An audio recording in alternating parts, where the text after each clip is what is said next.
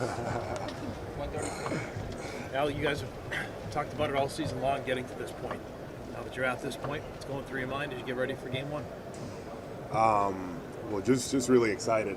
Just excited to be in this position. Like you said, from the beginning of camp, this is all we've been talking about, being in this position again. And just grateful. And right now, just trying to take this experience in of the media day, per se. So it's just a fun time for me. How much you enjoying it? I'm enjoying it because, this is a part of it. I feel like the first time that we went through it, I feel like it was a bit overwhelming, just a lot going on. And, this time around, I feel like, we all, understand it a little better. And I'm very appreciative to be in this position. How'd you use the layoff? I mean, that's kind of for a basketball player, an eternity, and yourself and the team. Just continuing to stay consistent in the things that I did. Coming in, working out individually, doing our team stuff when we needed to. It was just for a longer, extended period of time, but really, really staying locked in. I think the first day I took a day off right after Indiana Game 4. But then after that, I just continue with my routine, continue to stay ready, and taking advantage of the time. For me, this time off has been, I feel like it's been good to get me as prepared as best I can for tomorrow. Al, esta es la cuarta final, o sea, cuarta final de conferencia, segunda final de la NBA. Obviamente este equipo ha sido exitoso a través de los últimos 10 años. ¿Cuál es la diferencia de este núcleo versus los otros, incluyendo el que perdieron contra Golden State? Sí, la verdad es que son equipos diferentes, tú sabes, cada año, pero este año lo que yo siento con este grupo es que estamos más compenetrados. Yo siento que hemos sido muy constantes. La consistencia ha estado ahí desde el principio con este grupo de jugadores. Todo el mundo viene, hace su trabajo, todo el mundo es consistente, todo el mundo está tratando de jugar todos los juegos si se puede. Y esa disciplina ha sido desde el principio y la hemos mantenido. Entonces cuando tú tienes esa consistencia así, yo siento que eso ayuda mucho, da mucha estabilidad. Y tener un jugador como Jrue Holiday, aquí un jugador veterano, un campeón, que ha venido aquí y que trabaja de la forma como él trabaja, como él se prepara, eso nos ha ayudado mucho y nos ha dado mucha estabilidad al grupo de nosotros. Gafford juega debajo del palo, Gafford y también Lively. En la última serie fueron bien efectivos, pero en esta serie entra Kristaps y estás tú que también vas al perímetro. Háblame de la diferencia y si hay algún tipo de ventaja teniendo ustedes la capacidad de ser más flexibles en el perímetro y debajo del palo. Sí, jugadores que están jugando en un nivel muy alto ahora mismo. Él está bloqueando tiros de una forma impresionante, está jugando con mucha confianza. Lively es un jugador jovencito, pero el muchacho tiene tremenda habilidad, muy impresionante con él. Y para nosotros, yo creo que es jugar el juego de nosotros.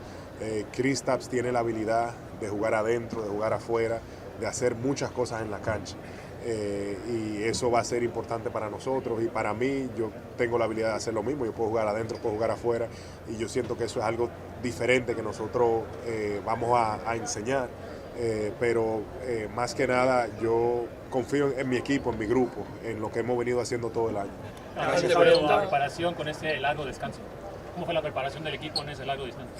Pues fue buena, obvio, bastante largo, pero de mucho beneficio. Nosotros, si podemos jugar hoy, jugamos hoy, pero no se puede, y estamos listos.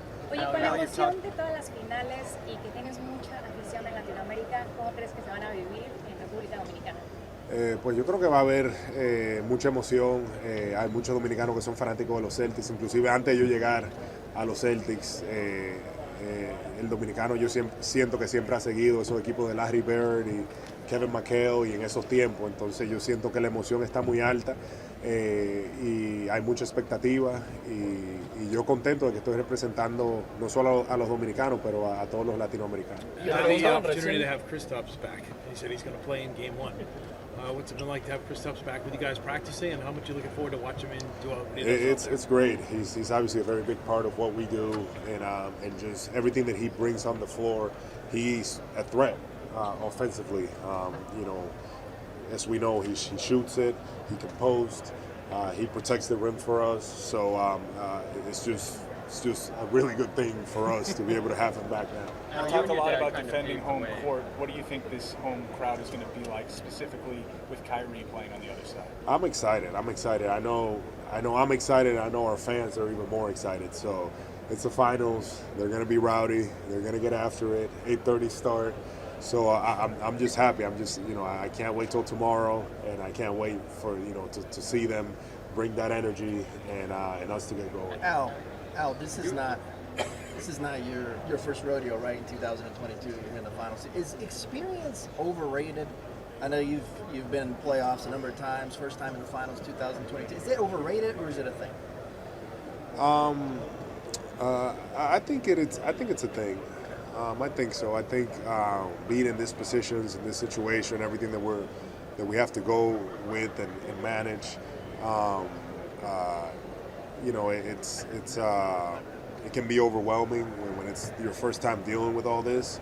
So I do believe that it's good to have experience. And speaking of overwhelming, you guys obviously had the best record in the NBA this year. There's more pressure on you guys to win since you didn't win 2022. Everybody talks about Jason Tatum, Jaylen Brown. They need to win now.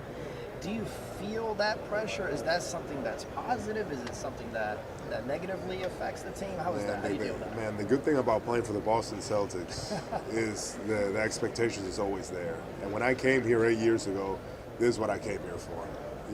These kind of moments, to what you say is pressure, that kind of pressure. Nobody's going to put pressure on themselves more than we do. And more than I do individually on myself. So I'm just very excited for this opportunity. How has Kristaps looked to you in these 3 days that he's been back? Obviously, you talked about his on-court impact, but he's himself is enormous. But does he look to be moving okay? Does he feel like close to 100% to you from what you've seen? Yeah, I mean, I felt like he's looked good. And Kristaps, he's more of a gamer, so I know the game comes around, and if he says he's playing, he's going to be ready to roll. Last question here. You and your dad kind of paved the way for players from DR to come to the league. What's it been like seeing younger players like Chris Duarte, like some of the younger guys come into the league and kind of follow in your footsteps? And have you heard from those guys, kind of asking you for advice over the years? Yeah, it's a special thing. It's very special. It gives me, a lot of pride when I see these guys able to figure it out, because it's not easy to get to this level. And with Chris, I've been able to be in touch with him, over the years, and it's a really good thing. It shows, how much progress Dominican basketball has made. And there's always been talent, I feel like. It's just always been hard for guys to be able to break through. And I feel like now there's more opportunities, and it's pretty cool to see those guys come on. All right, thanks, everyone. All right, thank you.